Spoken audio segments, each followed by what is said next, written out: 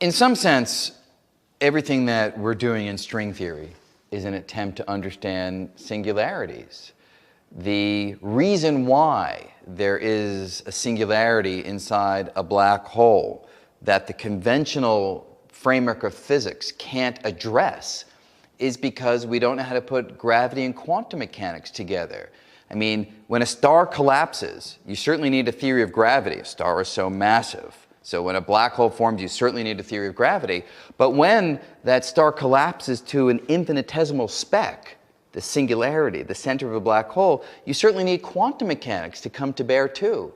If you can't put gravity and quantum mechanics together, you have no tools to address the singularity. So our hope is that string theory, by putting gravity and quantum mechanics together, will allow us to address singularities.